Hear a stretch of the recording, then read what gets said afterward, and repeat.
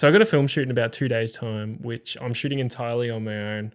And I thought it would be a great opportunity to sort of break down how I plan one of these shoots. So this documentary that I'm doing is actually entirely on my own initiative, and something that I'm really excited to do. I had the fortunate opportunity to meet this metal sculpture artist that I think just creates some seriously amazing work, from giant insects to giant whistles, bird baths, fireplaces, you name it, completely out of recycled material. And he's got quite a history and journey to how he actually got into getting into metal sculpture artwork. And I just thought his story needs to be told. So the first thing that I want to do when I go into a new documentary subject is I want to learn absolutely everything there is about it. So for metal sculpturing, I want to learn who are the biggest artists or most influential artists in that space, to who buys that artwork, to how do you create that artwork, what materials do they use, why do they use those materials, what inspires them to create certain pieces. You know, you want to try and learn everything there is about a subject. Well, what I tend to do is I really like to also watch other people's work on how they film metal sculpturing and what that sort of looks like, and that can start inspiring you for different ideas for your own sort of project. So while I'm watching these videos and gathering all this different inspiration, I really like to save it and start building up a storyboard or mood board. And a software that I really like to use that I put it all together in is a program called Millernote.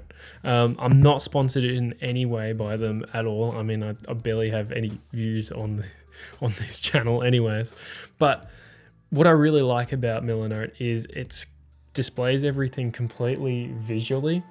And it's so easy to use, and I just find it really works well for the projects I create. So let's take a look at the completed mood board that I've created for this project. So what you're looking at here is a completed storyboard for the documentary that I'm looking to create in 2 days time. So this is how I like to break it down. Really simple. I like to keep it fluid, but a little more detailed than just like a basic shot list or a basic mood board. So the first thing I do before you can get to this point at all is you got to find video inspiration. So my favorite thing to do is simply just to go to vimeo.com. So once you're in Vimeo, what I really like to do is try and find films that are similar to what I want to create. So I want to create a video about a metal sculpture artist. So I'll just simply type in metal sculpture artist. And straight away you get like dozens of videos that are already related to what you want to create. So if I really like this video here, just click on it. I'll just sort of skip through, see if there's any images that I like. That looks quite cool. One of some sparks and flames in the final video, so that might look really nice. So as I'm going through on Vimeo, looking at all these videos, you can also save videos by just saving the link. So you just paste it straight into your Millernote and just drag and drop that video into your board. And then there you go. You can watch that video straight in your Millernote, and it's all there and collated together. Another way that I really like to find inspiration is through music. So you can use any of the big music licensing platforms like Artlist, MusicBed, Soundstripe. You know, they're all really low cost with pretty high quality music. So for example, I'll just go to artlist.com and then just simply start filtering the mood and theme that I want for this video, you know. So maybe I want a really uplifting and exciting music for it. I'll just go here and then just start downloading songs and adding it straight into the mood board. So while I'm listening to this music, looking at the images, and I'm starting to get all these different ideas, sparking different things, and things are popping out to help create that story, what I like to do is just write down words and feelings and themes and emotions that I'm feeling when I'm listening to it, looking at those images. So if we look here, I've already created a heap here. I had like inspiration. Where do you find inspiration? The land, recycled materials. I want to learn about his background, the creative process.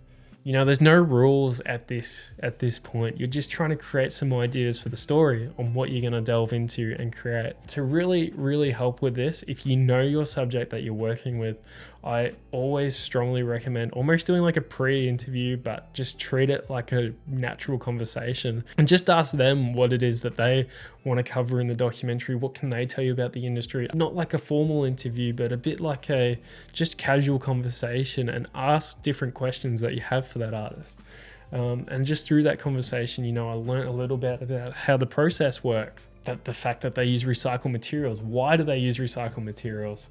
You know, he's got a workshop, so, you know, it could be like an extension of his mind, that workshop is. It's a creative hub. It's full of chaos and creativity and all these different things. And so I want to try and capture that in the doco, and I just write it down here. So after I got my interview questions, I got my themes, now I just want to start building a bit of a shot list that I can use to just help me think of a few scenes and different things that I want to capture for the shoot. So now at this point, I've probably got a good idea of what the video is sort of going to look like. So I just create a bit of a shot list. So when you're on set and you've got your subject or a few people helping you out and they go, well, what's next? You've got this to fall back on. Now that I've got all this, what I do, just because I'm a bit of an idiot and I just really want to try and remember and make sure that I've got everything that I need, I've got a little production task tab that I like to have on the right hand side. So here I've got, you know, just like what I want to do in pre-production, what I need to do in production, what I need to do in post-production, review it, all that sort of thing. Look, I don't always follow it, don't always tick it off. Keeps me accountable and make sure that I capture everything that I need to. So making a video on your own can be really, really difficult, but having a plan like this can just make it so much easier and break everything down for you. So when you get to the day, you're feeling a little bit of stress, you're feeling a little bit of pressure, you can just look straight at your Miller note and it sparks all those ideas.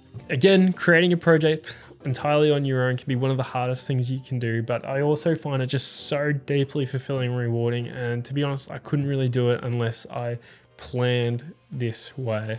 I don't normally do much more planning than this. This is probably the most I'll do on a shoot, except for, you know, finding locations, maps, schedules, all that sort of thing. But I find this just makes it so much easier for myself to understand, for stakeholders or whoever you need to appease to understand. So yeah, I really hope this can help you with your videos as well. If you really like this video or it helped you out in any way, please be sure to like it. And if you want to stay notified on when this video comes out, please be sure to hit the subscribe button. I'm really, really excited about this video. So that'll probably be the next thing I post up here. So stay tuned, and I'll see you all in the next one. See ya.